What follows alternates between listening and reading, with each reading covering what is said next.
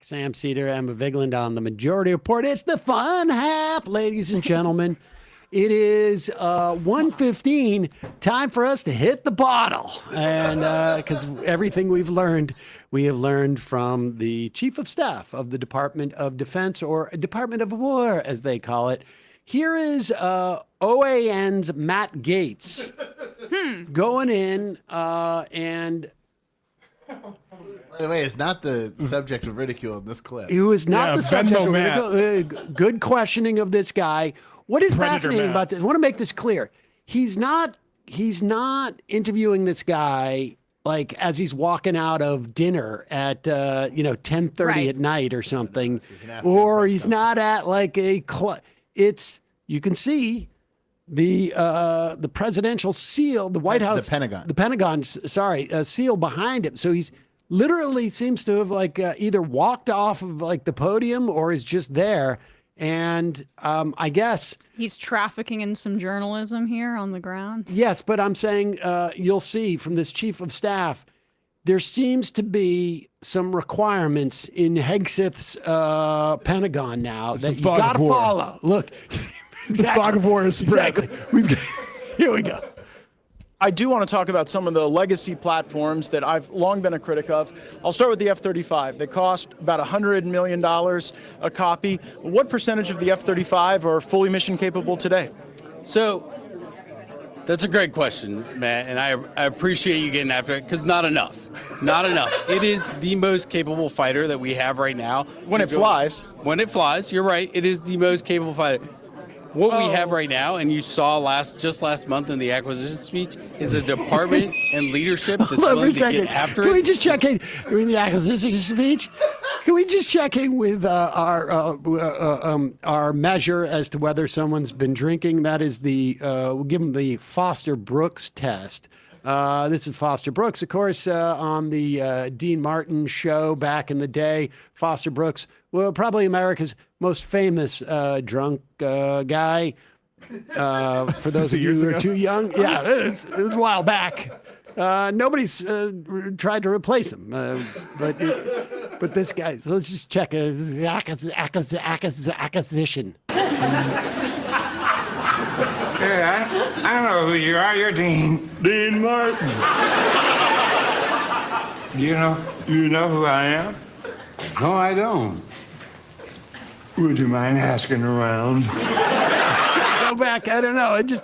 Let's go back to this guy with the acquisition and just see. I mean, come on, though. It's like going to a comedy show. It's a 2-drink minimum to enter the Department of War. Pentagon. Yeah. Yeah. What's the unfinished sentences meter at here? What we have right now, and you saw last month in the acquisition speech, is a department and leadership that's willing to get after it, to challenge industry to produce better. Yeah, but what percentage of them can fly? So not enough. So but you just called it our most capable platform, and less than 40% of them, by my last review of the Air Force's statements, are fully mission capable. Why is it not failure for a platform to perform at less than 40% when it costs $100 million? So Matt, looking at it holistically, sure, you can throw out the number 40%. But when you look at Operation Midnight Hammer, Operation Rough Rider, those weren't F-35 was not delivering the payload on Midnight Hammer. But they were supporting, right? And so those B-2s wouldn't have gotten there without that. The airplane. What would have stopped them? There are plenty of surface-to-air missile systems that the Iranians have. We know that. Did they shoot any of them? No, they didn't, because we were so successful. And that platform, the F-35, is an amazing platform that can go after these systems. It's the most capable platform we have, Matt. And what we're doing right now is we have a plan to get to 80% mission-capable rates by 2030. And what you know... And if you don't, what will be the accountability for Lockheed Martin? So we are holding Lockheed Martin to task each and every day. Task. I mean, it's a good line of questioning, and I can't help but think that Gates just zeroed in on him and realized he was... Now, to be fair, they did this briefing at 1:30 a.m. on a Friday night. Oh. No, I'm joking. No, I understand. Man. JD Pants. Surface damn missile system. Capable. Wait, what? Surface missile capable. Service system. It's the most capable we got. That is And the Heggs' strongest stuff. chief of staff. Is that true? Yes. So Acting. I've thought about this before because he said that he was all clean. That was what he promised to the Senate for his confirmation hearing, Pete Hegseth. So he's got to have a guy that goes out to the liquor store and gets it for him. The gopher. I would think that maybe this guy's the gopher. Maybe this guy is the gopher and got a little bit too into the stash. And I put a little bit of tax. I know, and I bring whiskey into Just the top this up with a little bit of water. tax. Top it up with water. And what I do is I buy a full case, and I just take a little bit from each bottle. That's Yeah. the way I do it. sample it. Fill it up with water. It's like when you raid your parents' liquor cabinet when you're in high school. Oh Just my take God. just a little from each bottle, put it all together. Yeah. Yeah, we called that a suicide. Yeah, I have some not so clear memories from those situations. Let's go. What else we got? Yeah. You want to do this? Number Honestly, 6. if you're like using a weapon system, you should need to like blow into it like a breathalyzer. They need to Right. install those for like On the red button. Just assume a contractors. breathalyzer on the red button. Everybody here, it's like someone who has a pending DUI conviction or something and is on probation. I mean, drug test the military contractors like the Palantir guy too. Oh yeah, right. Well, Figure out what the hell's going on. Because you can't, I think, work in the government if you've ever admitted to smoking pot, and yet you have these guys like blackout drunk. And you're making them like admirals. And stuff. Exactly. To be fair, there's also a long tradition in the Defense Department. John Tower, all right, wasn't he? Did they not allow Tower to join because I think he was a senator and he may have had too much of a drinking problem? But they'll send those guys over there. I mean, what was it, Kissinger with Nixon, where you hear the ice in their glass? All every over the single Nixon recording? tapes. Yeah. All over the Nixon tapes, you can hear ice clacking against glass because the recorder is in the desk that they're setting their scotch on. Right.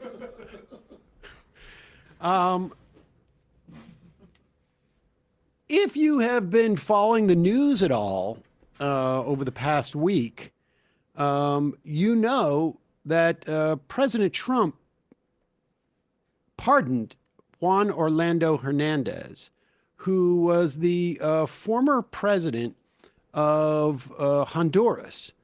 And last year, Hernandez was convicted on drug trafficking and weapons charges, sentenced to 45 years in prison.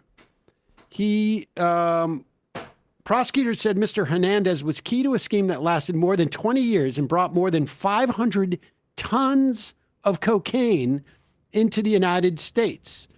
It was a 2-week trial in Manhattan.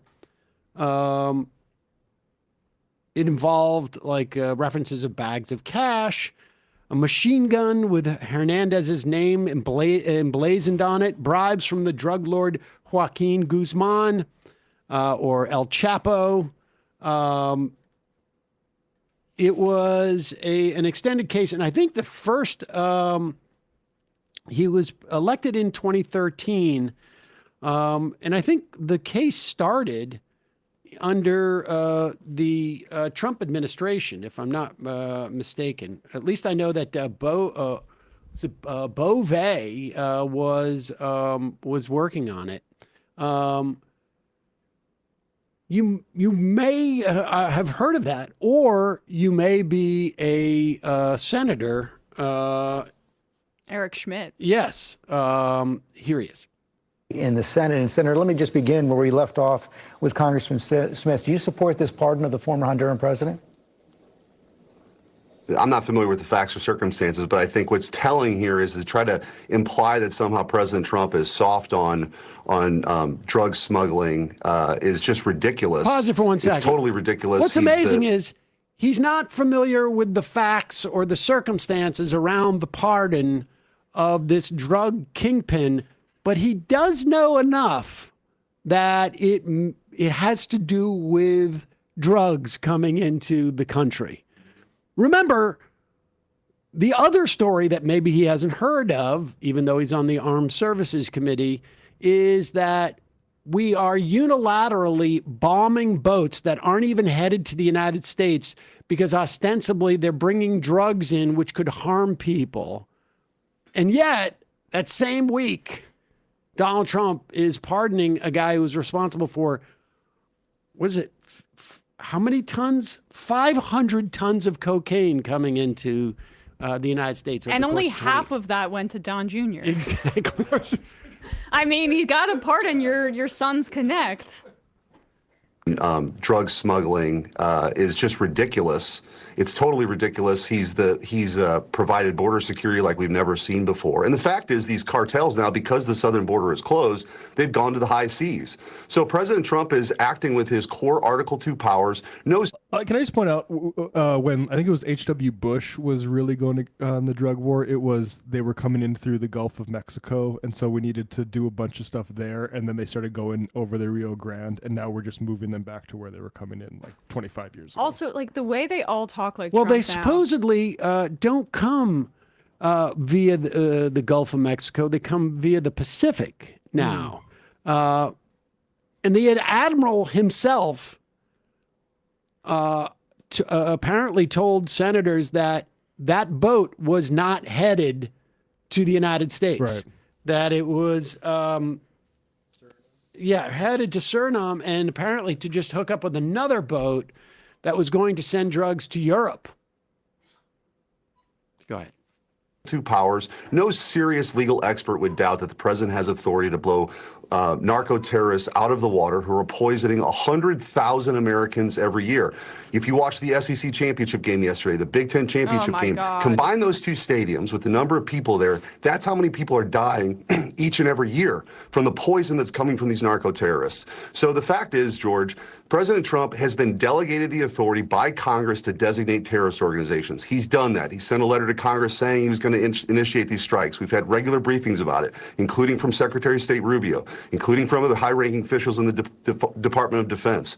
He's executing those. And so now what we have now are Democrats who have such X-ray vision and clairvoyance that they know the intentions of narco-terrorists on boats, yet we're so blind to see that they had a president for 4 years that was operating as a vegetable in Joe Biden. So, forgive me if I'm a little skeptical that this isn't all about politics and trying to take out Secretary Hegseth. That's what this whole thing's been about, George. They didn't want him confirmed. They didn't want a realist in place. They didn't want to shift from their pet projects around the world and trying to build democracies in the sands of the Middle East by the barrel of a gun. We have core national interests at stake, the homeland in the Western Hemisphere, and the rise of China. That's what this administration is focused on. The Democrats are just upset about that, and they try to create some controversy each and every week, and it goes nowhere. What do you mean? Oh, no, you asked him again. You're not familiar with the facts and circumstances of the pardon. It's been Go well back a little bit. I'm sorry. So we just get this question clean. Each and every week, and it goes nowhere. What do you mean you're not familiar with the facts and circumstances of the pardon? It's been well reported all across the country. He's the former president of Honduras. He was convicted of conspiring to bring in 400 tons of cocaine into the United States, also guns and other materials. It's been front page news across the country. Aren't you curious about that? Well, I'm curious about your pushback on that particular point. With your previous guest, you had zero pushback because he's giving the Democrat talking points like you spew every single week, which is probably why your ratings are so bad. But to make the point, what I'm saying is that you're trying to divert here the attention from what the American people actually support. 75% of Americans support us blowing narco terrorists out of the water in the But the question is actually premised on the idea that if you say this is so popular, why would Donald Trump pardon one of the biggest drug importers into this country? Yeah, go ahead, Matt. The way that they talk about these deaths is so gross. They don't care about these deaths at all. About 200,000 people deaths caused in this country by prescription opioid abuse of prescription opioids. The Sackler family, but that doesn't really gel with the narrative they want to do, which is to use military power to just control the world. So we. Like those people, who cares? We're not going to do anything about them. Actually, we're going to pardon all sorts of corporate criminals and like international criminals, but just feel content that we're doing violence against brown people, and then you could be happy about it. And I'm glad you brought up the Sacklers, because I made sure to look up this date here that I had it right, and it was towards the end of the Trump administration when the DOJ reached that settlement with Purdue that was widely considered to be a very easy penalty that I don't think that they had to acknowledge any wrongdoing. The Sackler family, worth an estimated $13 billion, only had to cover $225 million in civil penalties without acknowledging any wrongdoing. And this was under the Trump administration. So instead of actually addressing the people that just turbocharge the opioid crisis and addiction crisis in this country, we're going to kill dozens of innocent fishermen off the coast of Venezuela as a pretext to invade them for their oil, and then pretend it's about you and pretend it's about the opioid crisis and what people have experienced across this country. And when overdose deaths started going down, that was under Joe Biden. In part because of his administration's policies about Narcan and harm prevention, harm reduction, I'm sorry, that the Trump administration completely scrapped. Let's move to some other policies of the Trump administration. That is having their thugs pepper spray sitting members of Congress. Here is in Tucson, Arizona, Adelita Grijalva. I think. I don't really. I have a hard time with it too now. Who was only recently signed in. We should say the guy from Tennessee immediately who got elected to Congress, 24 hours signed in. The Democrat, Grijalva, I can't say her name. I'm sorry. It took like, what was it, like 35, 40 days? Well, here she is talking about, here she is on the front lines arguing with ICE, and she gets pepper sprayed. She gets pepper sprayed. Here we go. Watch out, watch out. Hey, put it down. Put it down.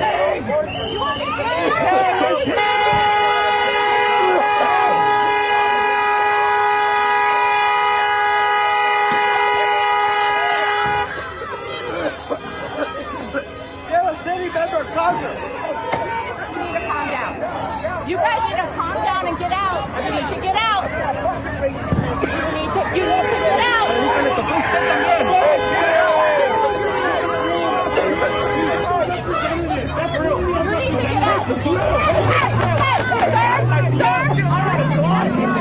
Get out of the way. Stop. You guys need to clear now. They fired Pepper-Balled. Pepper-Balls. Watch out, watch out. I guess she didn't get pepper sprayed. It was they're firing pepper balls at her. Yeah, insane. This is not like the only sitting member of Congress who's a Democrat who the Trump administration has completely denied or like violated their rights, including as lawmakers, but also just as human beings there.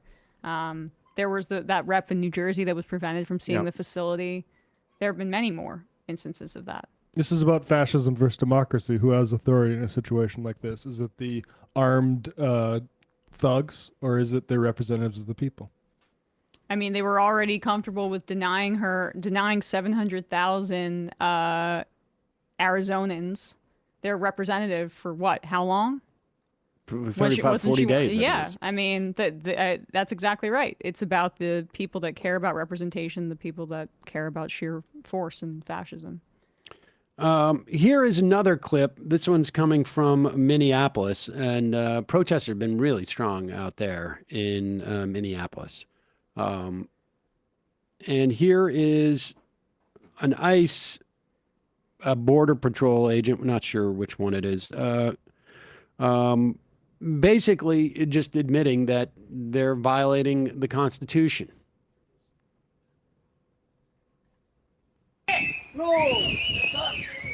No!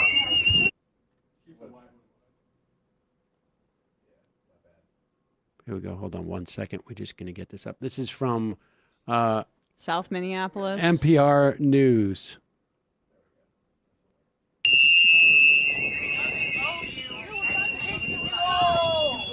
You hear those whistles. We are performing an immigration action. He is not giving us the information we need to release it. If he tells us the number, he's gone. We walk away. We are identifying who he is. By that point, we will let you know if there's a warrant. They don't even know you. All right, pause it. Here it is. Okay, so here's the bottom line.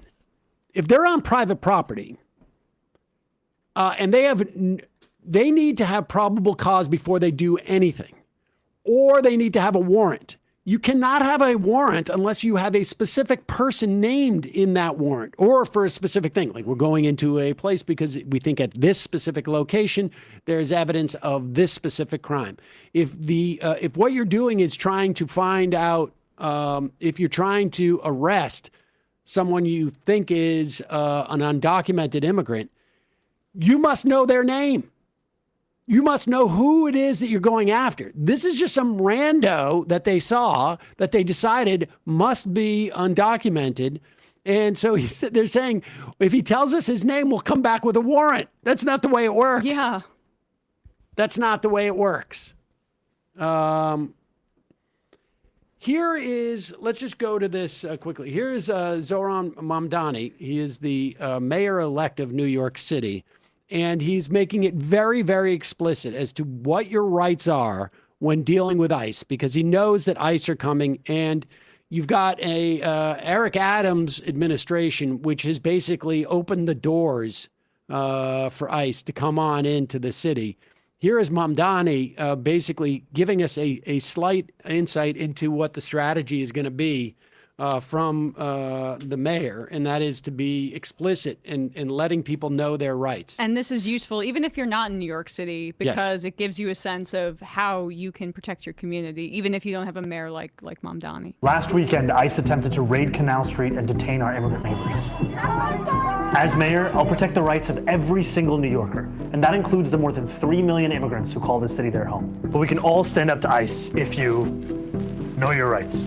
If you encounter ICE, these are the things that every New Yorker should know. First, ICE cannot enter into private spaces like your home, school, or a private area of your workplace without a judicial warrant signed by a judge. That looks like this.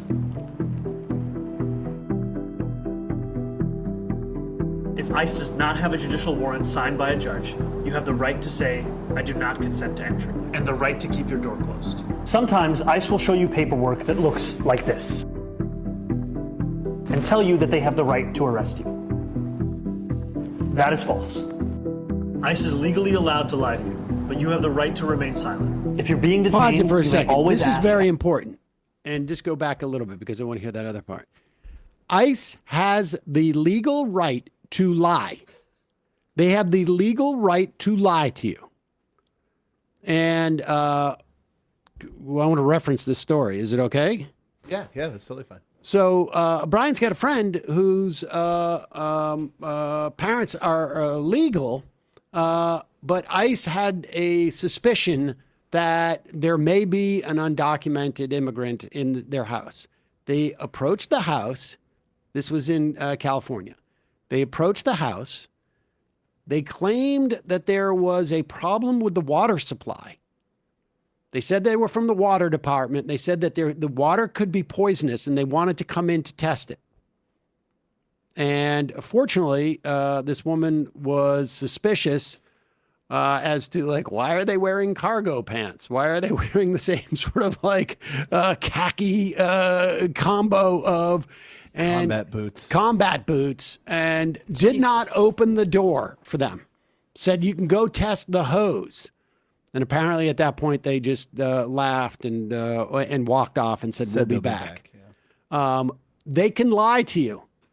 You do not have to open the door. And if you have any reason to suspect that they are ICE, you just don't let them in. You don't say anything and you don't let them in. All right, let's keep going. That is false. ICE is legally allowed to lie to you, but you have the right to remain silent. If you're being detained, you may always ask, "Am I free to go?" repeatedly until they answer you. You are legally allowed to film ICE as long as you do not interfere with an arrest. It is important to remain calm during any interaction with ICE or law enforcement. Do not impede their investigation, resist arrest, or run. One last thing. New Yorkers have a constitutional right to protest, and when I'm mayor, we will protect that right. New York will always welcome immigrants, and I will fight each and every day to protect, support, and celebrate our immigrant brothers and sisters.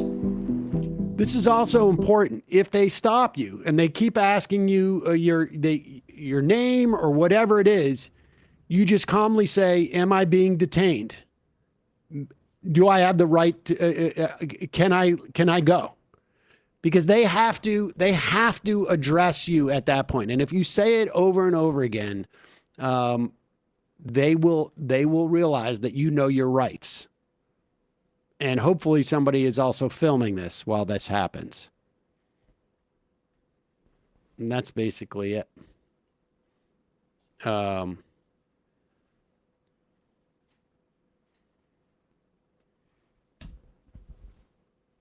you go.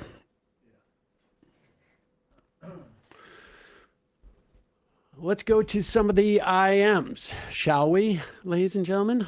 Let's. Corporations ate my baby. I learned a lot from Ben. Thank you. Foster Brooks was also on Carson and Carol Burnett. Yes, he was. Jackie C. Zoran Mamdani draws a line between City Hall and mass deportations. Oh, yeah, we played that video. The Mill Rind. Sam, remember the WB frog? Pepe is coming back. Krusty Gnome.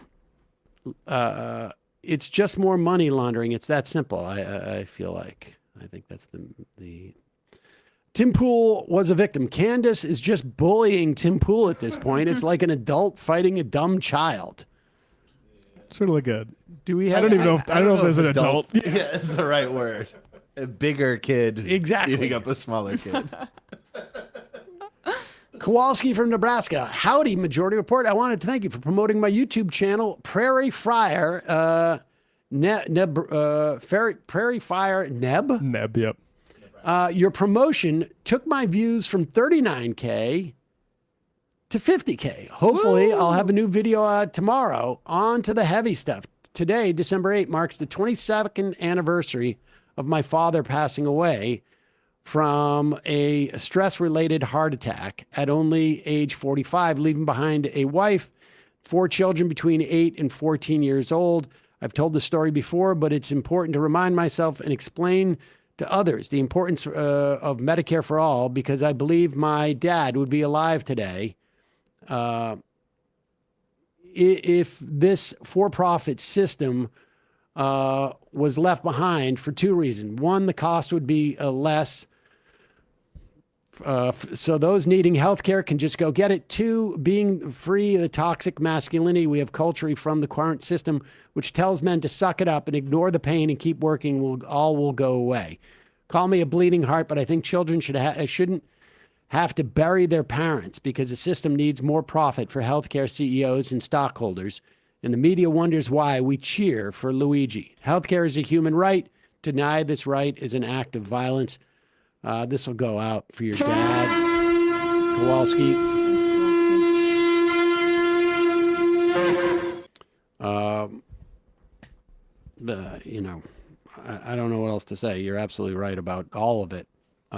Folks, go check out Prairie Fire Neb. Metabot.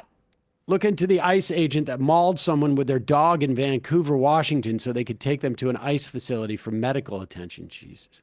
If I remember that story correctly, it started with them asking, saying he hit his car or something. That was the way he got him out of the house. Jesus. Oh, right.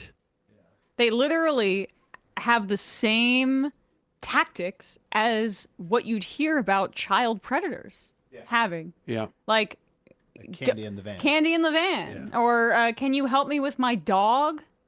That was like what I was warned about as a little girl. Yeah. I mean, there's where did I see this? Someone was talking about like a backlog for FBI investigations into online like Roblox, like pedophiles like going on Roblox and stuff like that. they're all pulled off of those cases. Yes. And looking into kitchens Yeah. to see if people are documented or not. Yep. Just one little palate cleanser thing. Do you guys remember this story? Amazon's Just Walk Out technology relies on hundreds of workers in India watching you shop. There's an amazing clip here, and it looks like something happened with the Elon. They have these new robots here. And if this is what it purports to be, just watch this image of a Tesla bot. It looks like what happens here is it gets done serving these waters, and then whoever was operating it took their headset off. Oh, that's funny. Causing the robot to malfunction. So here's this clip.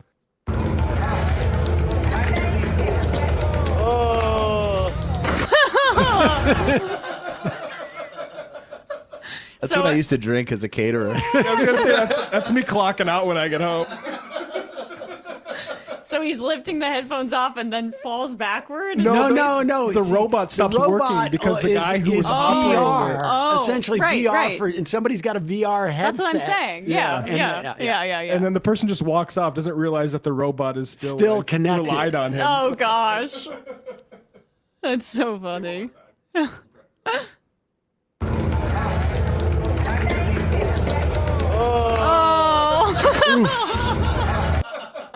Do the people there realize it?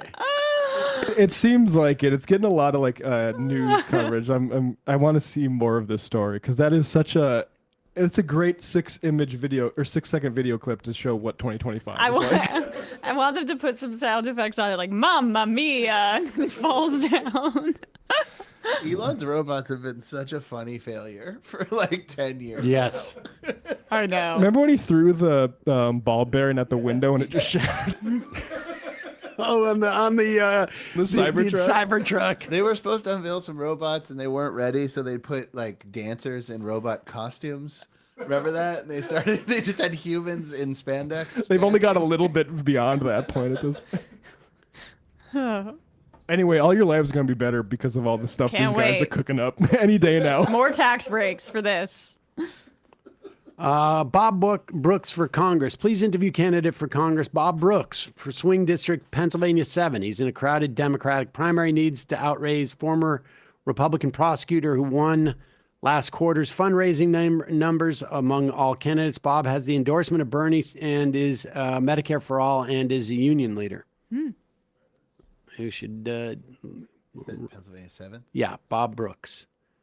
Miss Kitty, fewer products were bought, not less. You built this audience, Sam. How dare this is you. your fault. What? Who could possibly show up here and listen to the show on a regular basis and worry about grammar or pronunciation? Not nobody who knows what they're listening to. Felonious monk. Trump is the 4th U.S. president I have applied to for a pardon. If you go to the office of pardon attorney, you can see this message. Restoration of firearm rights is the main reason federal felons like myself ask for a pardon is to get our firearm rights back. Tomo Flink. Happy Fun Day Monday, folks. The EU has fined X 120 million euros. Last week, Trump testicle caddy Chris Landau was in Europe last week, whining about Europe spending its increased military expenditure on European contractors, not American ones. It's almost as if Europe needs to spend more on defense as code for Europe needs to line the pockets of U.S. defense contractors who line my pockets every election.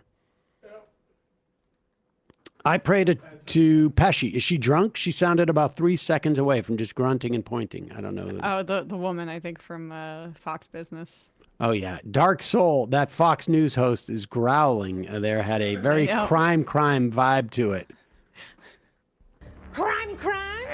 The growling is so good. War crimes. Majid, I think we should bring back Roman numerals. Chevron, credit denials are at the highest levels of all recorded history, which is a metric we have records for going back to ancient Samaria. It's just overblown, though, for sure. And we don't have any more extra money. Like.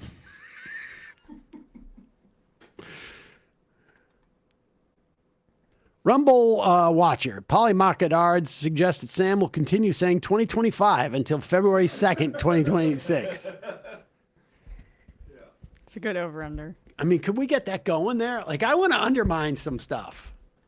Do a little insider trading. But my God, we blew it with the whole.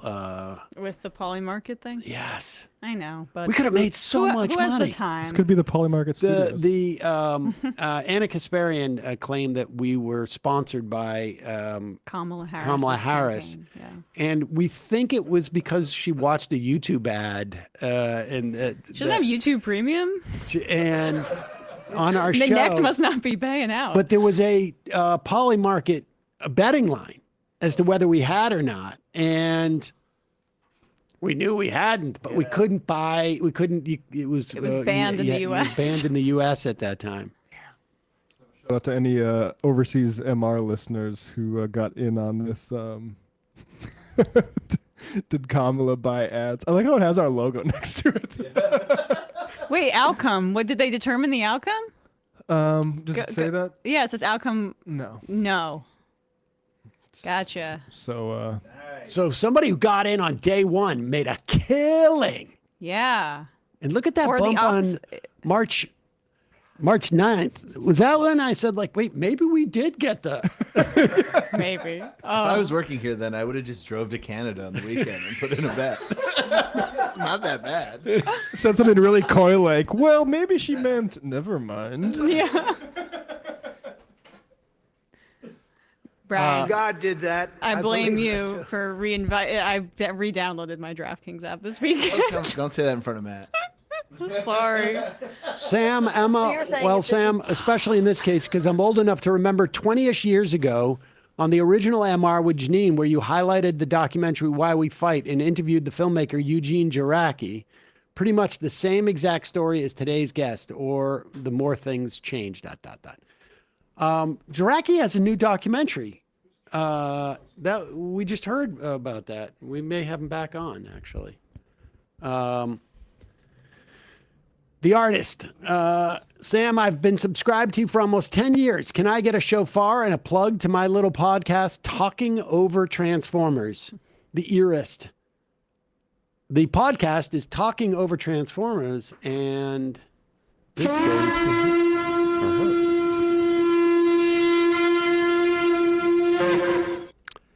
Tom in Wisconsin, while we're shouting out candidates, check out Kyle Blumquist in the Upper Peninsula of Michigan. Michigan 1. He seems very good.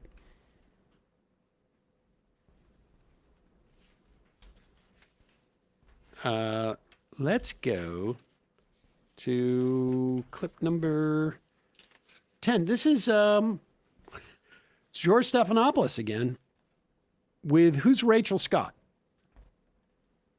I'm not sure. Do we know who? Oh. Rachel Scott. She's in the administration, right? Yeah. Rachel Scott. Or maybe not. Sorry. What is that not name the cleanest. She works for ABC. Okay. Oh, okay. And here's George Stephanopoulos talking.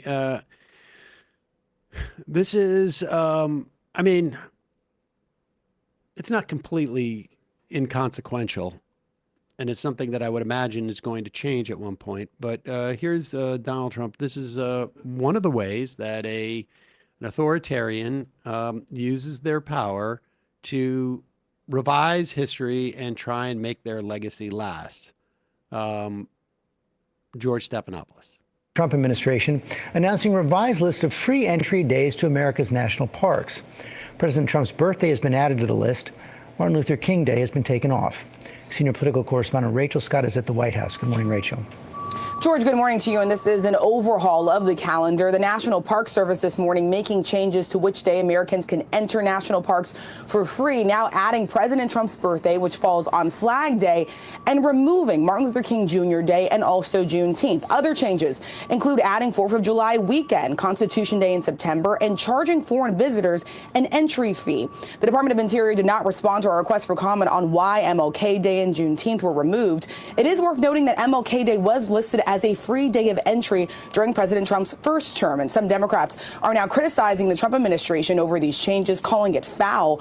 Earlier this year, the National Park Service did face backlash after removing content and information about Harriet Tubman on its website. That information was later restored in April. But again, this morning, no word on why these changes were made, removing MLK Day and Juneteenth from that calendar, George. I think I can come up with a couple of reasons. Big mystery. I don't know.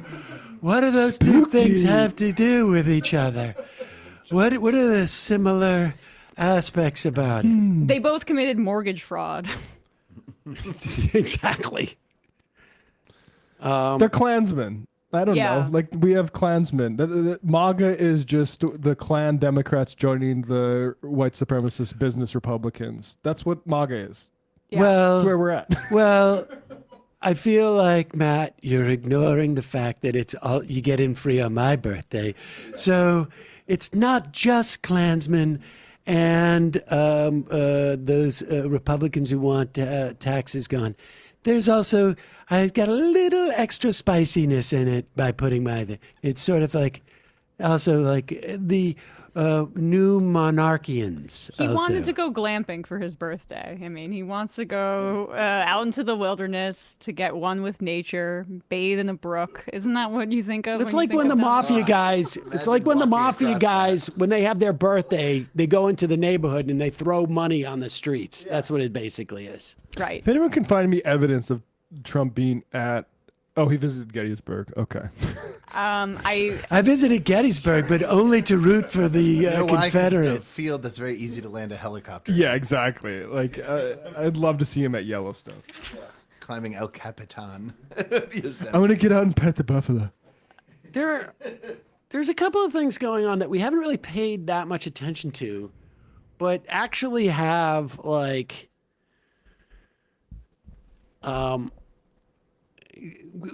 probably will have material import down the road. And that is the sort of both simultaneous implosion of some right-wing talkers' audience and an incredible amount of infighting that is going on that I think will ultimately be pretty consequential, at least for the near term. Yeah. I almost don't know where to start with this. You first had a lot of like right-wing dissent around Israel. On one side, you had the principal anti-Semites who and American firsters. I don't know that there's really a huge gulf between those two people. No. But they did not like our involvement with Israel. So sometimes good things can come from bad places. They're basically Christian nationalists. Yes. It's Nick Fuentes, it's Candace Owens. But the non-koofy Christian nationalists. Yes. And I guess like, and they started to attack people like Ben Shapiro, who Ben Shapiro trying to be an American firster, but also tied for first with Israel. Yes, well, I don't even know if he'd say tied, but we can quibble with that. But it is interesting. Like, I mean, Ben Shapiro was so cool with Candace Owens' open anti-Semitism when she was employed at the Daily Wire. Hitler apology. She literally said while at the Daily Wire that Hitler's problem was not that he kept it confined to Germany, but that he had expansionist aims and he wasn't Germany first. Newsflash, there were Jewish Germans who would probably disagree with that. And Ben Shapiro held on to her throughout that entire saga. Also the Kanye West saga, when Kanye was going out there, she was defending him. Even Shapiro was defending him. Kanye said, what was it? Everyone's or Hitler. I forget exactly what he said about Hitler that was positive, but it was open Hitler apology. Yeah. So like my point is just that Candace Owens was very defensive of those two obviously like anti-Semitic statements by Kanye and then by herself. And Shapiro had her on until she was speaking about anti-Zionism, and that's when they parted ways. That's when they parted ways, and that has morphed in the wake of Charlie Kirk's assassination into some like swirling conspiracy theories that started with Israel took Charlie Kirk out because ostensibly Charlie Kirk was turning on Israel, which is quite unclear that that was the case. No, he just wanted to still have Tucker Carlson come to TPUSA events. That's all it was. Yes. Yeah. And we should say, like, he wrote some text, I think to Candace Owens or to somebody 2 days before he was assassinated that indicated that maybe he was going to turn against Israel or he wasn't going to take. But presumably Israel had been planning months before this assassination. And, you know, there's a lot of people that had to be paid out. But then the conspiracy theories. And look, I'm not in a position to judge really and I haven't really followed it, but it's involved other TPUSA individuals that Candace Owens has been pushing, saying that, you know, that they were all sort of conspired against it. And now they're addressing Candace Owens. And you should just know that Shapiro's show's numbers have cratered. Yep. Charlie Kirk's show's numbers have cratered, and everybody seems to be lining up on one side or the other of this, and then there's a couple of peacemakers in between. And here is PBD trying to be a peacemaker. Now remember, the last time we checked on Patrick Bet-David, he had the brilliant idea to deal with Israel's do the roast PR problems for committing a genocide to allow some of Israel's comedic criticizers to do a roast with Benjamin Netanyahu for like 2 or 3 years. Let's throw this out once and for all. Yeah, Tom Brady style roast. Just give it to him. We only roast the ones we love. Yes, let a little air out of the tires, I guess, as they would say. We used to have Nuremberg. Now we have Netflix. Now, exactly. And now, of course, Israel is still in hot water because they did not subscribe they didn't take his advice. But now Patrick Bet-David is going to talk about what's going on with TPUSA. Invited Candace Owens on for a debate. She will not go there because she's afraid of being assassinated, and she thinks that Erica Kirk was behind it. And it's a little suspicious. The whole thing's suspicious. It's a little weird. I mean, isn't Charlie one of her best friends? Seems to have a pretty poor relationship with his wife. You know, it happens. Sometimes. It happens. Your best friends, you know, and so here's PBD. But then the things get a little bit weirder, too, after this. For you, go there to feel safe. Because she's right. She needs to feel safe. She should. But at the same time, to me, if this is like, there's a part of me that's like, go with the Macron story, right? Go with the Macron story. Tom, what is that? Does that have to do with the story or? No, I was just. Okay, so go with the Macron story. So with the Macron story, I was just putting out that we're wearing the same blazer. Yeah, I could have started this after that. Well, but what happened was that Tom's putting something else up there on the screen, and that happens here. Sometimes you get a little distracted, but he is now saying that just to be clear, Candace Owens afraid to go to TPUSA or onto the Charlie Kirk show because she's nervous about. And I don't know that I would go into their lair. I don't know. Do it remote. But here is Patrick Bet-David is like saying maybe it's time for her to just focus on the Macron story. The Macron story, incidentally, is that Candace Owens is convinced that Macron's wife is actually a trans woman, and they're suing her, I believe. And she seems to be the only person on the right that is insistent about this conspiracy theory in a way that where it's like, sometimes it's like you see, I feel like Charlie Kirk was doing a bit of a character. Even Ben Shapiro plays it up because they're so cynical. She's genuinely insane. Rogan believes it, by the way. Oh, Rogan does? Oh, there's I'll tell you something. There is a lot of people who believe what Candace Owens. There's a lot of people because she's onto something. But okay, fair enough. In right-wing media, it feels like this is her flag that she's planted. It's a little insane. It's been helping her numbers significantly. And it's clear why PBD would want her to focus on that instead of the infighting on the right. Right, here we go. The Macron story. Tom, what is that? Does that have to do with the story or? No, I was just... Okay, so go with the Macron story. So with the Macron story, there's a part of it that you're interested in the Macron story, right? Where it's like, I want to know. Yes. Okay, let's keep going. I want to know what's going on, how this thing's going to end. But with the Turning Point USA guys, I don't know if you really, you realize like, without TP USA, Trump doesn't win. I don't know if people are like thinking about it that way. Forget about all this feud and oh my God and what's going on and I think I'm on her side, I'm on their side. It's not she's this, she's a Scotch. Set all that stuff aside. If there's no Turning Point USA, Trump does not win in 2024. Yep. Perfect.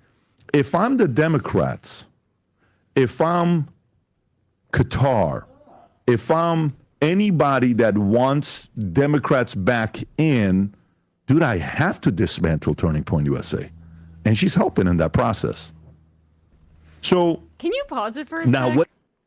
So I just am trying to like put little just breadcrumbs here because we mentioned this in the Tim Pool segment last week about his meeting with Benjamin Netanyahu and then in that meeting I think it was Jewish Insider reported that he asked him about Qatar's influence on the internet space and how it's making essentially kids into radicals against Israel is the thrust of it. Buying creators, is the implication. There's just something to note about the focus on Qatar when it comes up completely in a way that makes very little sense when the subject of Israel comes up. And I just think people should flag that when they see some of these creators bring it up out of nowhere because that's a Zionist talking point. But what's happening also right now is Tucker Carlson went to Qatar and interviewed, I don't know what Qatari Prime official. Minister, I think. The Prime Minister. Yeah.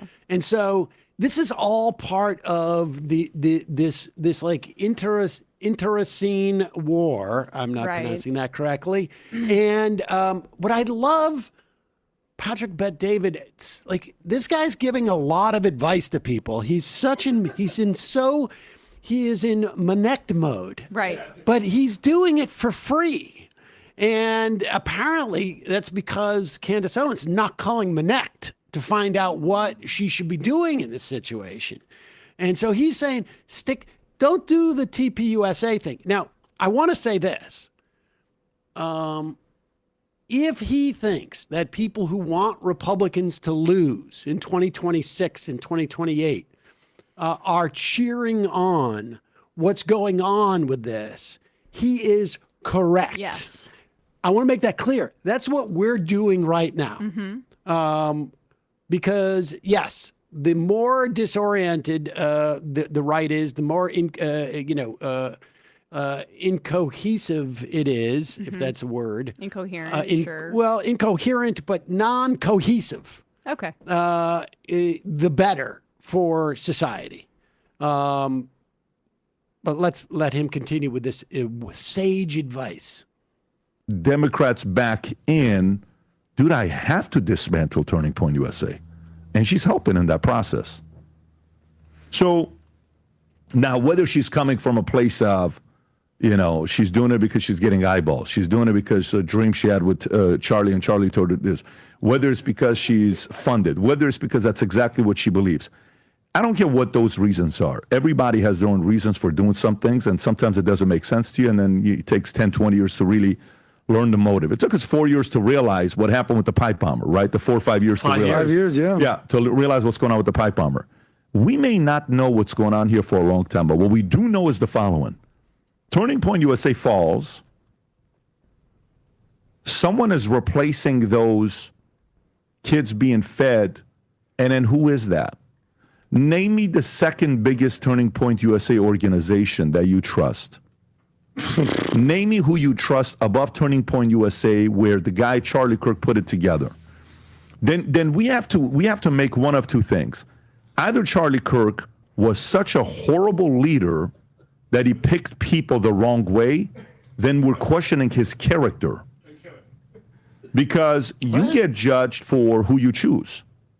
Okay? And so Candace's argument is if Turning Point USA is that bad, then that's questioning his character and his wherewithal to pick the right leadership team on what to do with the company. Okay. Look at Tom and nodding his head. Yeah. Yes. We're actually the Charlie defenders here. Yeah, that seems like a little bit. Why are they pretending like all of the decisions about TPUSA were made in Charlie's interests? Well, that seems to be very motivated reasoning to say that beyond the grave he would have approved of all of these things. Well, apparently, I mean... also, the people he hired around him, I think, is the implication. That why would Charlie... Like, because Candace is literally saying, like, his chief of staff is doing suspicious stuff immediately after Charlie. So, Charlie, if you say that those people are suspicious, you're actually questioning Charlie Kirk, because Charlie Kirk is the one You're not just questioning Charlie Kirk. You're questioning his character as a person. Judgment. As a person. Wow. So he is actually better friends with Charlie Kirk than Candace Owens is what he's saying. It's fascinating.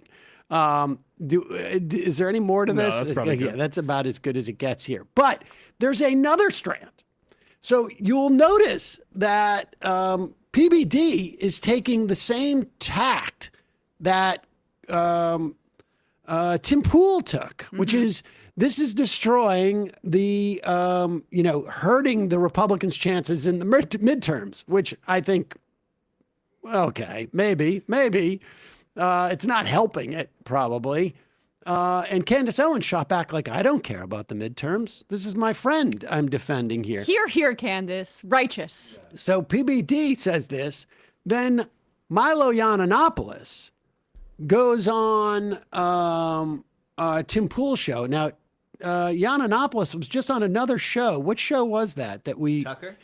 Was it with Tucker? He was on Tucker. Was it with... He claimed that maybe Charlie Kirk was gay? That was also on Tim. Okay. He did this on Tim Pool's show. He said that, in passing, that he thought that Charlie Kirk was gay. I would just say, look at the text that he sent to Candace Owens about Nicki Minaj.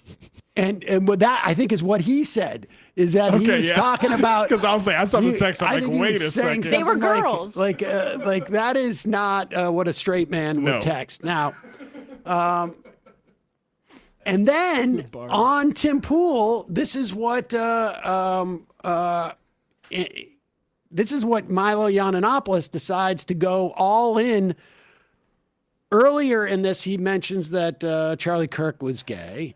George Santos is on this show, and he can't believe that Milo Yiannopoulos is saying this. And then Milo Yiannopoulos also says, repeats the claim that Benny Johnson is gay. Now, oh, come on. There has been a lot of people who have made this claim on the internet, on X, and so it's not terribly shocking to hear Yiannopoulos say this, but here he is getting indignant about it.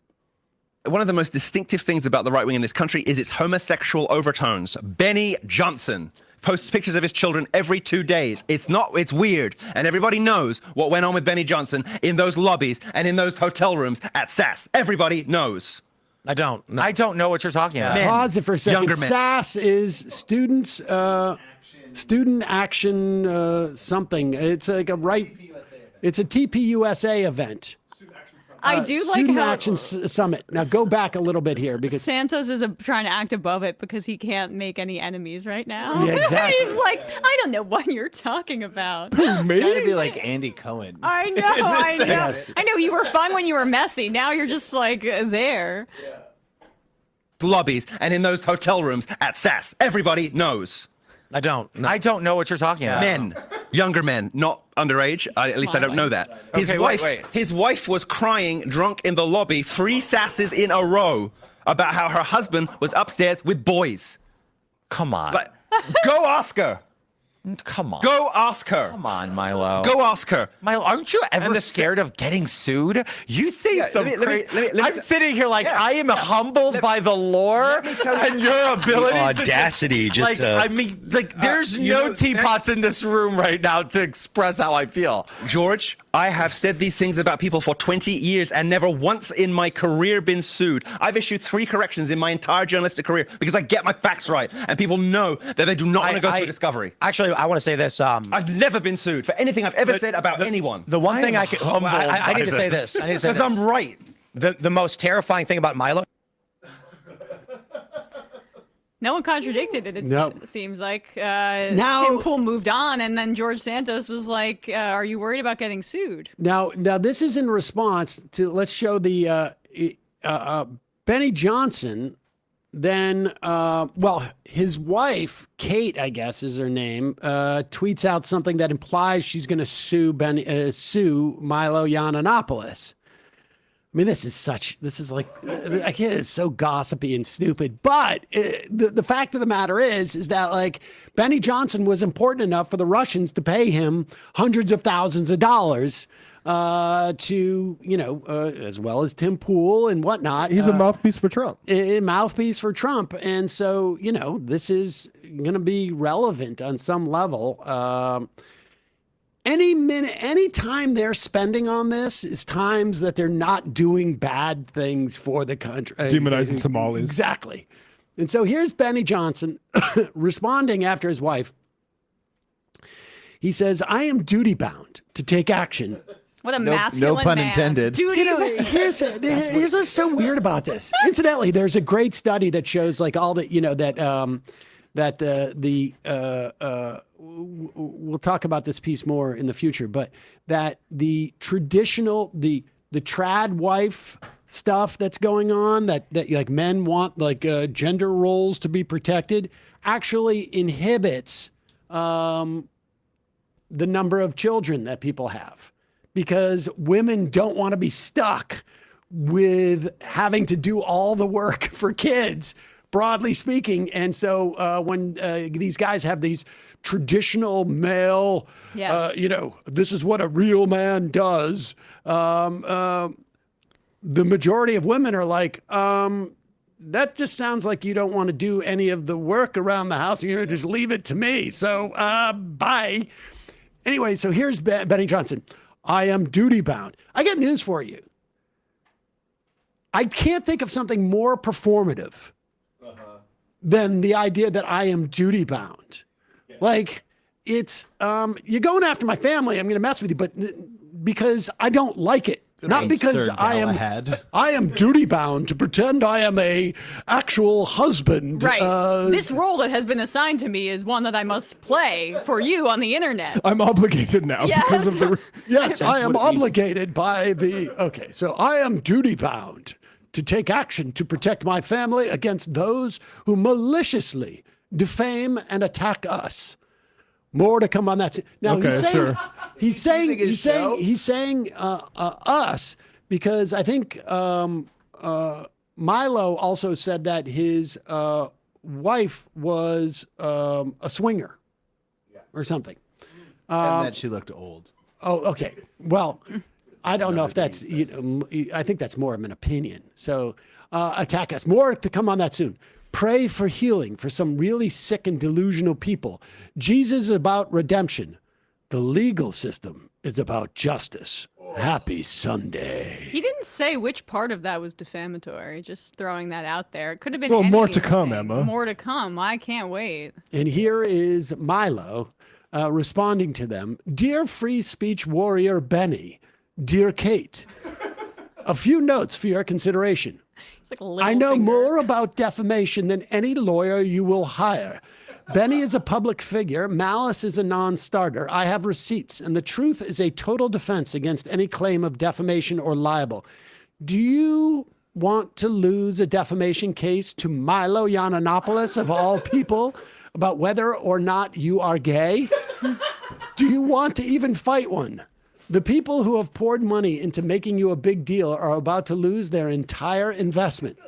Putin. Now, here's the thing, is that Milo Yiannopoulos on an earlier trip to Tim Pool said at one point, right-wing talkers, it's all about faking it until you make it. And he implied, if not explicitly said, that there was a lot of like fake viewership for Ben Shapiro. Now we know Milo Yiannopoulos said that? Yes, this was the last time he was on Tim Pool.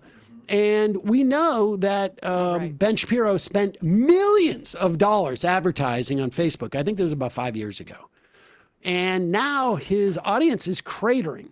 And it may be the case that that was always just sort of like there was a mythical audience. It's a money mirage. But the Daily Wire just doesn't have the resources that it maybe used to because they spend all of their money on those Lady Ballers? children's TV shows. And Lady Ballers was actually successful was for their them, most, right? yeah. It was the children's programming that sunk them. That it turns out kids want to watch like Bluey and Miss Rachel and not whatever bespoke conservative propaganda Whitey. your parents subscribe to.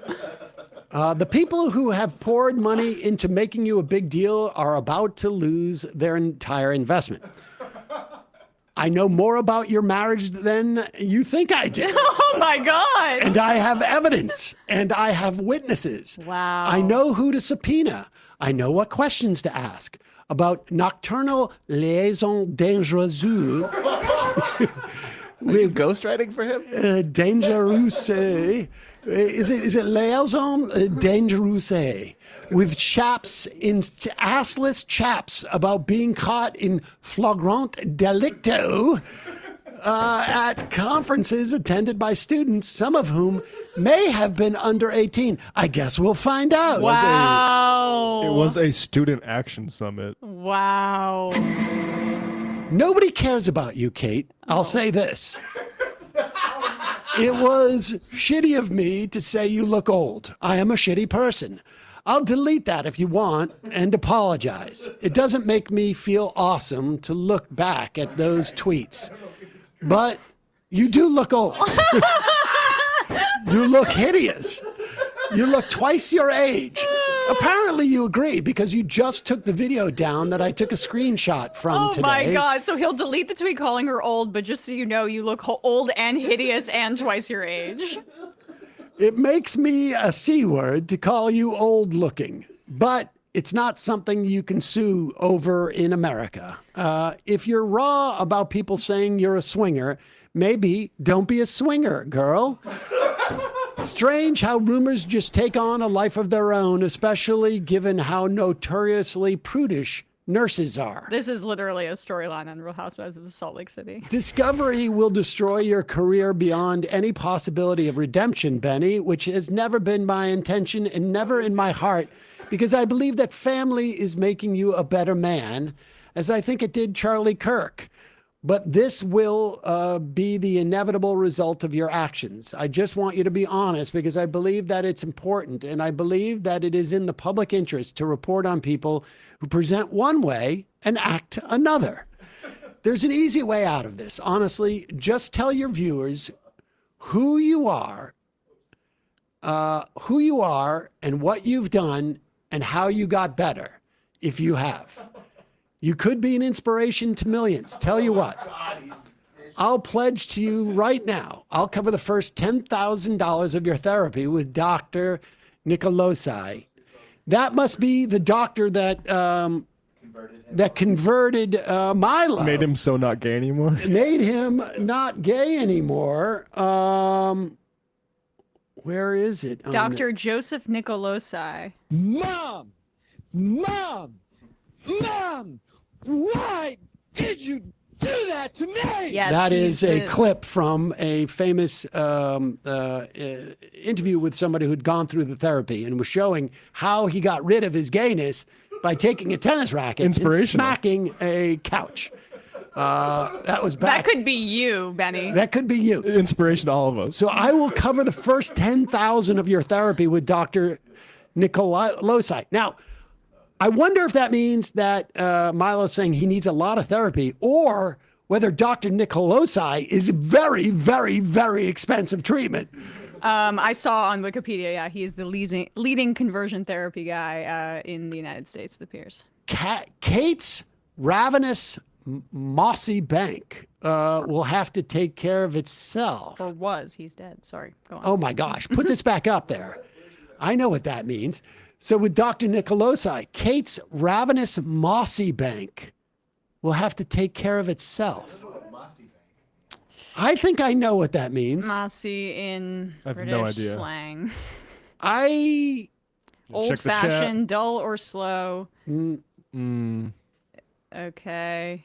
I wonder if that's a euphemism for... Of course it is. He said she's old. That's what I'm saying. Mossy, and then the bank is her genitalia. That's what I thought. Yeah, okay. Yeah. And so he's basically saying, like, she's not getting any conversion therapy for being a swinger. That's what he's saying there. Or we can both spend millions and I'll win. Is that really what you want? Yours in Christ or kisses? I guess that depends on what day of the week it is. Your friend, Milo. He said country with the K, and says he's prayed the gay away, Milo Yiannopoulos, or are we still... I think that's kind of like just a premise for a bit at this point. It's gotta be, right? It sort of always has been. Like, you remember when he said his, like, what did he have, like, gay black fiance, but now that's his, like, live-in servant or something like that. No, wait a second. It's all performance. This is not over yet, because we still have one more tweet that has jumped into the fray, and of course, we're talking about Laura Loomer. Yes. This is number 13. This is Laura Loomer, who is responding to Milo, who said on Tim Pool that Charlie Kirk was gay. And that video's at the bottom of this tweet if you want to check. Well, let's play that clip. Yeah. Entered into the record here. Yeah. So I listen. We try not to do these gossipy things, but these are all big political voices in the Republican Party. This is, in many respects, the brain trust. And Laura Loomer is, of course, one of Donald Trump's top advisors. Milo's MTG's TPUSA was one of the biggest operators of the Get Out the Vote for Trump in 2024. And here is Milo Yiannopoulos on Tim Pool's show making claims about Charlie Kirk. I'm always a couple of days behind watching on the show because I've got stuff going on. But somebody tweeted today that Candace said that she believed that they were about to get a divorce. I think he was gay, and I think he was gay. And come on, you know that you do know that I've criticized. What? Like I'm sorry, Tim, but like, why would you even go there? Like to say something like that? No, the man's dead. You're calling now. You think he's gay. That's when people can tell the truth. I'm always a couple of days behind I'm watching. really enjoying George Santos being the responsible actor here. He's got to toe that line. Yes. Can't make any more enemies. Like, do people remember that George Santos lied about so many things? Yes.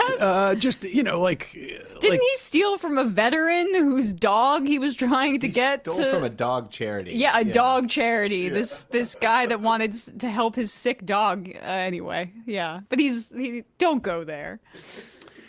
So don't call him gay. That's the worst thing you can say about somebody. Here is So Laura down on the Loomer. Republican Party is a bunch of guys calling each other gay. Yep. Here is Laura Loomer striking back. Marjorie Trader Greene's intern and speechwriter Milo Yiannopoulos, who spends a lot of his time living inside the Rome, Georgia home of Marjorie Taylor Greene, went on Timcast to say Charlie Kirk was about to divorce Erica Kirk before he died and that Charlie was gay. Milo also used the episode to say Candace cares more about Charlie than Erica Kirk cares about her own husband. Milo, who runs Marjorie Taylor Greene's social media and writes her speeches for her by his own admission, also claimed that Charlie hasn't been buried and could still even be alive. He claims that Charlie Kirk, I saw this, he claimed that Charlie Kirk has not been buried yet for whatever reason. I think he also implied that in that Instagram post that Erica Kirk did when she was saying, I love you. The one that's saved on your phone? That accidentally got saved on my phone? Yeah, that one. That wasn't Charlie Kirk's body. You don't... Because her hand was too large relative to his. Might be time for another Candace. Another anomaly.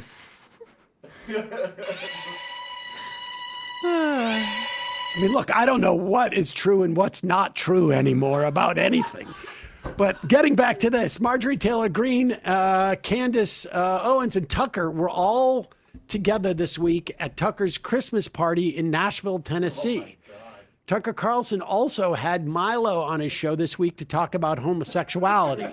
Now, the same week Tucker had Milo on to talk about homosexuality, Milo's now calling Charlie gay. Capitalized. Tucker is still set to be the keynote speaker for the upcoming TPUSA AmFest. Well, Charlie would have wanted that. I mean, I've seen texts about that stuff. Yes. It appears that all of the attacks on Charlie Kirk and TPUSA were organized and plotted at Tucker's Christmas party this week. It doesn't sound like a fun party. Again, Marjorie Taylor Greene should be pressed on why she allows Milo, a foreign national who was fired for pro-pedophilia comments, to work for her and live with her. He is allegedly paid through Isaiah Wortman, who served as the campaign manager for Marjorie Taylor Greene, who now employs Marjorie Taylor Greene's daughter, Lauren, as I have previously reported. Reported or tweeted? Yeah, and reported. Well, she is a White House correspondent now. Nobody cares about, first of all, she hates Marjorie Taylor Greene. Laura Loomer does, obviously, because of her Zionism and also because, she's standing with Trump on this. Competing for daddy's attention. No one cares that Milo Yiannopoulos is like working with Marjorie Taylor Greene. Why does she think that this is some sort of dig? The people on the right are probably like, hell yeah. Marjorie Taylor Greene might, this is crazy to say, I don't fully believe it, but maybe with younger Republicans might have more credibility right now than Trump himself. I mean, with the Epstein stuff and with the fact that she's anti-Israel, if you're under 40 or under 35 and you're a Republican, who do you like more? That would be Taylor an Greene? interesting poll to see, actually. I think that it's probably more MTG. But this is hilarious. And the thing is that they're all closeted. Not all of them. I shouldn't say that. But many of them are just unable to come to terms with the fact that they are homosexual or maybe on some sort of spectrum, as we all are, and they take it out on people, or they like overcompensate by constantly reaffirming these like hierarchies and roles that they're supposed to fulfill. That's what it means to be a mighty man of valor. Right. In FUBAR, we wrote about that era's anti-gay Republicans. These gay Republicans, there was a couple that were like vehement homophobes. Larry Craig was not, I think, the most egregious. There was a guy named, I think it was Ed Schrock, who was vehement on the floor of the Congress.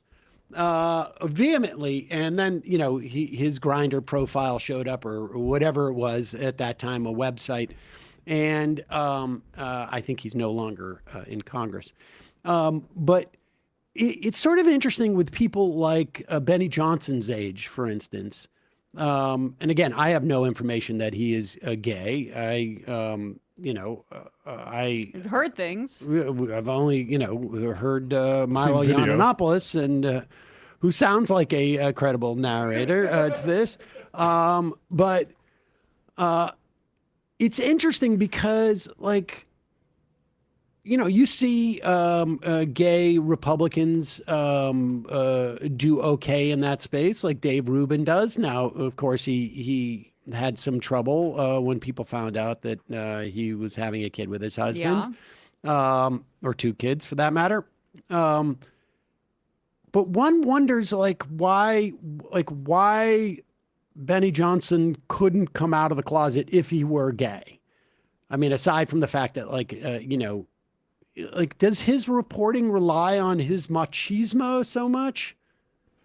I think that I'm not trying to psychoanalyze people too much, but I do think that there's a level of, you can have, so if you're on some sort of sexual spectrum and you still have some attraction to women, you can just deny and deny and deny those feelings until it becomes a big problem for you, basically. That's why the term used in like AIDS prevention is men who have sex with men, because Right. that self-definition is it's really easy for guys apparently to just say I'm not actually gay. That doesn't apply to me, even though I'm regularly having Now, sex with I men. remember 100%, yeah. Steven Crowder's ex-wife, you'll recall. She is a very Christian woman, and Steven Crowder also, I think, projects being very Christian. She once had a tweet that was saying that she believes a lot of men who promote their Christianity so much and their, oppose as father are gay. Mm-hmm. And who knows who she was talking about.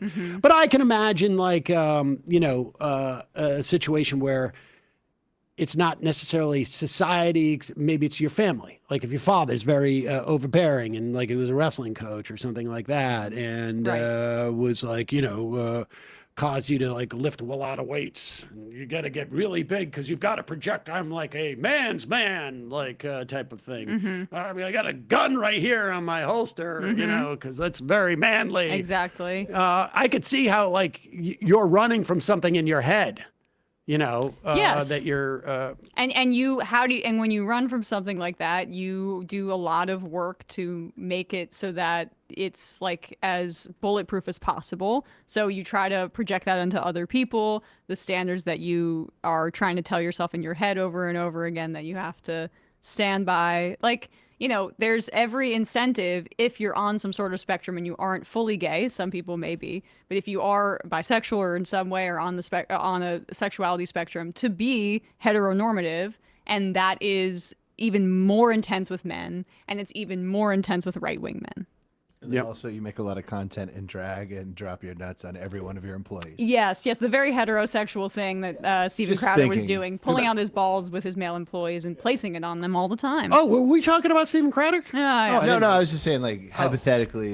That would be an example of how it pours that type out. of behavior. Yeah, I yeah, understand. But now that we put it out there, I mean, that's a lot of major right-wing figures in media right now that have at least had rumors about being into men. You got, or just behavior that might indicate it. You've got Steven Crowder, you got Benny Johnson, you got Mike Johnson. You got. If you want to go on that side of things too. Yeah, there's some others. Yeah. Disproportionate, I think, is the word. Disproportionate. Whenever there isn't a rape allegation, you're probably finding a clock. Right? Yeah. It's rapists. It's either or. Evil gay guys. Yeah. Well, we will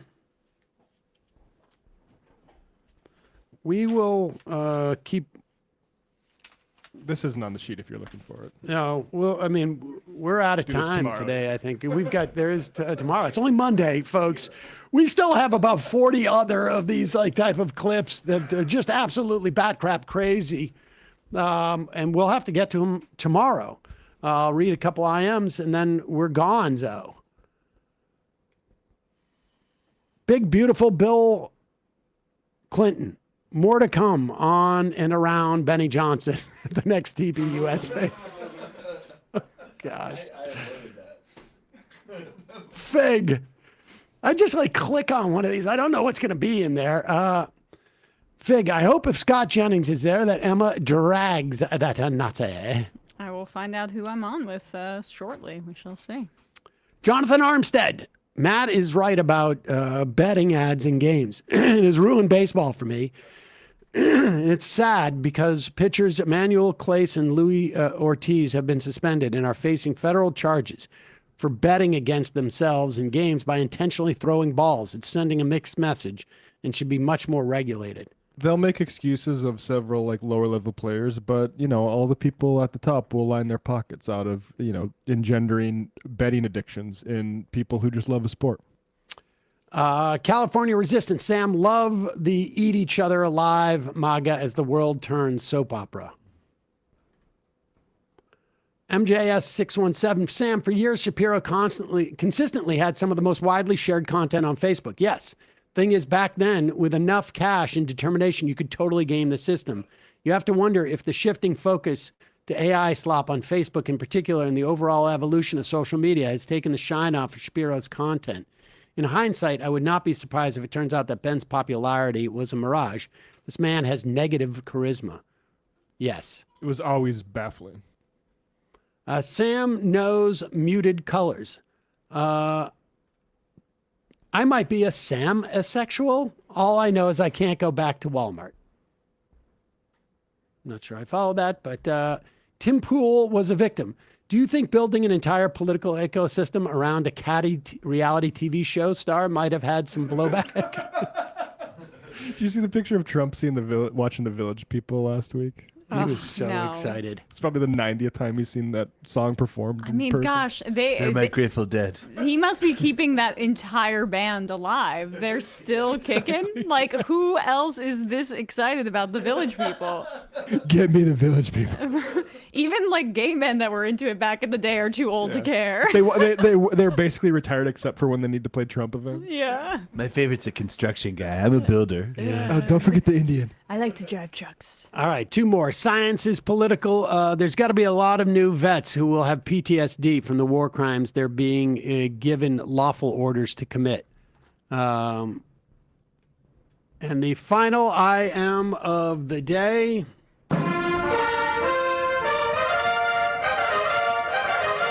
Elkman. J.D. Vance doesn't smack couches with tennis rackets. He likes to use his bare hands.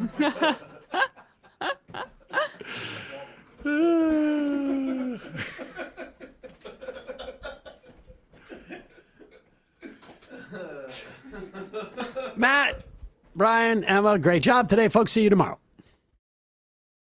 It might take all the strength I got to get to where I want, but I know somehow I'm gonna get there. I wasn't looking when I just got caught between the truth and the lie bar, but finding out won't make me feel any better. Yeah, I know the clock is ticking, but the meds are gonna kick in, and my pilot light shining bright. I get somewhere the choice was made, for the option where you don't get paid, for the road that bends before it finally breaks you. I guess somehow I lost my drive between the 101 and the 5. Do you know how far the detour takes you? Yeah, I know the clock is ticking, but the meds are gonna kick in, and my pilot light shine. Hey, folks, don't forget to hit the subscribe button and check out our daily show. We do it every day at 12 p.m. Eastern for about 2.5 hours. We even take phone calls. You should check that out.